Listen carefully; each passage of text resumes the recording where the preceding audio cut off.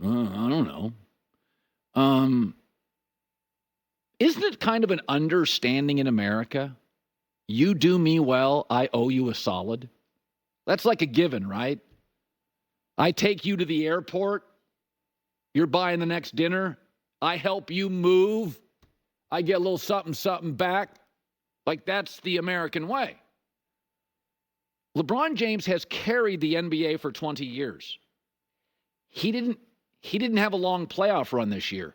Did you see the NBA ratings? As every other sport, WNBA, Copa, Euros, college football, up. NBA ratings, tank. No LeBron. He carried the Lakers, not a well-run franchise, for 6 years, got him a title. Number one brand in the league. Carried the Cavs for 11 years. They've never mattered except when he played there. Got him a title. You owe me dinner if I help you move. If I carry your sport, get you a new TV contract worth $7 billion. You got a problem with Bronny James getting drafted by the Lakers? It's the weakest NBA draft in maybe ever.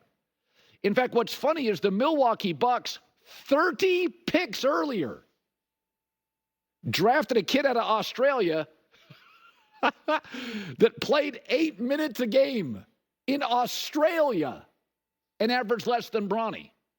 It shows how polarizing LeBron James is. I had more people ask me about that on the East Coast. And my takeaway is, you're really bothered by it? Let me ask you this. Let's say you've done well in your life and you have a favorite steakhouse in your small, middle-size, or big town. And you go to that steakhouse or the pasta joint and you buy a lot of wine for years. You spend a lot of money at that steakhouse. You know what I mean? You've taken a lot of business dinners at that steakhouse. You didn't have to. You chose to. Don't you, after a few years, feel like you get a little better pour on that Pinot? Maybe get you a better table? Damn straight you do. And so do I. We all have expectations. We seek favors. We all get a little entitled if we give you something. LeBron James has carried the league for 20 years. He and Steph Curry have carried the league. Neither made a playoff run this year. Ratings went to the tank as everything else is. The Copa and the Euros are going through the roof. NBA with a lot of good players. Global sport tanked. No LeBron, no Steph. Yeah, I'm okay in the weakest draft ever. The Lakers going, we'll do you a solid. In the 5 previous years before LeBron got to the Lakers, I could be wrong on this. I think they had the worst record in the league. They were a circus. They were leaking everywhere. He won him a title. Got him to another Western Conference Finals. In the weakest draft ever, his son, who, by the way, I think his son's a G Leaguer. I think at best he's a low-end rotational player. But this draft was horrible. After the 36th or 37th pick, you can argue it's a G League draft. I'm not losing sleep over it. And nor should you. Here was LeBron on the selection. Obviously, it's a dream come true for me. Just see my son to be able to, be in the NBA alone. I mean, it's always been a dream of his. And for us to be side by side, it's a lot of words of loss, to be honest. I don't know. I mean, the kid has worked so hard to get back to this point. There's just so much has happened over the last year with him. To have this happen less than a year from his incident, to be with our friends and our family when they announced his name, it was something that was super surreal. By the way, how many sons who aren't qualified or at minimum back? It is great to have you in live in Los Angeles. It's the Herd. Wherever you may be and however you may be listening, thanks for making us part of your day. First of all, tip of the cap, thank you. Danny Parkins, Ashley Brewer filled in last couple of days. Totally appreciate that. Jordan Schultz filling in for J-Mac rest of the week. How are things? My man, doing great. Not as good as Rhode Island, though. Rhode Island was wonderful, but it is good to be back. And it got me thinking. I would have every day to myself. In the mornings, I'd go take the new dog, go out.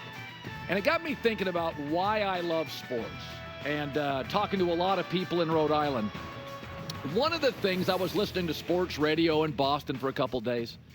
One of the things I love about sports, the pressure, the adult conversations. It's not too mean to talk about somebody's age.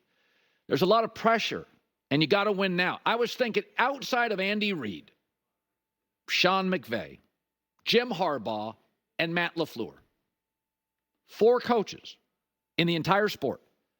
If any other coach had a bad season, they're in big trouble. Kyle Shanahan has a losing record without Christian McCaffrey. That roster goes 7-10. You don't think there's heat on Kyle Shanahan? What about John Harbaugh? They wanted to run him out of town 3 years ago. You think they finished 3rd or 4th in that division? There's not heat? Even the rookie coaches. You get off to a bad start by Thanksgiving. Uh-oh, we got the wrong guy. You can even make the criticism in sports personal. Pete Carroll, though he has the energy of a 17-year-old after a bag of Skittles. You know, he is in his 70s.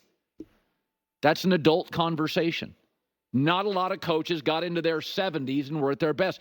Bill Belichick, 6 rings, even named a boat after it. He feels a bit like a dinosaur. You can have those conversations. Brian Daboll not only got Daniel Jones to the playoffs, he won a game with Daniel Jones. He won a game. He goes 6-11, he probably gets fired. And I think he's a great coach. That's what's great about sports. That's not the downside. 5 of the last 8 NBA coaches of the year got fired from the team they won the award. Expectations, adult conversations. Win now, you're paid a lot. Yet in the Democratic Party, it's considered ageist, harsh, mean to have discussions about Joe Biden's age, his mental acuity. I don't know. It feels like the president's a fairly important job. I read that people were caught off guard by his regression. You don't have iPhones? Grow up. Have a real conversation. People were having conversations and questioning it 4 years ago. But in politics, I'm uncomfortable. Not in sports. Not in sports. Dak Prescott. You make Patrick Mahomes money. Win more when it counts. I love Lamar Jackson. Another stinker in the playoffs. Time for real heat. Sean McDermott keeps winning his division. I'm sorry, Josh Allen's too good not to end up in Super Bowls. Those aren't the downsides to it. It's why I defended vigorously the Angel Reese, Caitlin Clark discussions. The girls could handle it. The women were fine. It was all the fragile sports media asking weird, dorky questions and being uncomfortable with it. The women were great. Caitlin's going to be fine. Angel Reese is crushing it. And you should push back on fragile sports media if they're outraged by things that are happening to everybody. I enjoy politics every 4 years, but the reason I love sports is accountability and adult conversations and debate at home, on a show, in a bar, real people talking about real things. Pressurized situations. Don't let sports become politics. Again, 5 of the last 8 NBA head coaches. Gonzo. We want more. Dak Prescott. Yes, you win 12 games a year, just none when it matters. So that's my takeaway. 17 days off. Sports has some politics in it. Let's never let it become politics. I like what it is now. And sometimes it's harsh and tough and almost mean and a little rude, and we debate sometimes over a beer, and it's what I love about sports and what drives me crazy about politics. I'm sorry. For the last 4 years, I don't watch a lot of TikTok, but I either have singing goats or Joe Biden gaffes. It's okay to talk about it, really. The democracy thing, it's kind of important. The other thing that was notable to me, and I don't know why it gets people worked up. But, man, I must have had a half dozen people ask me about this.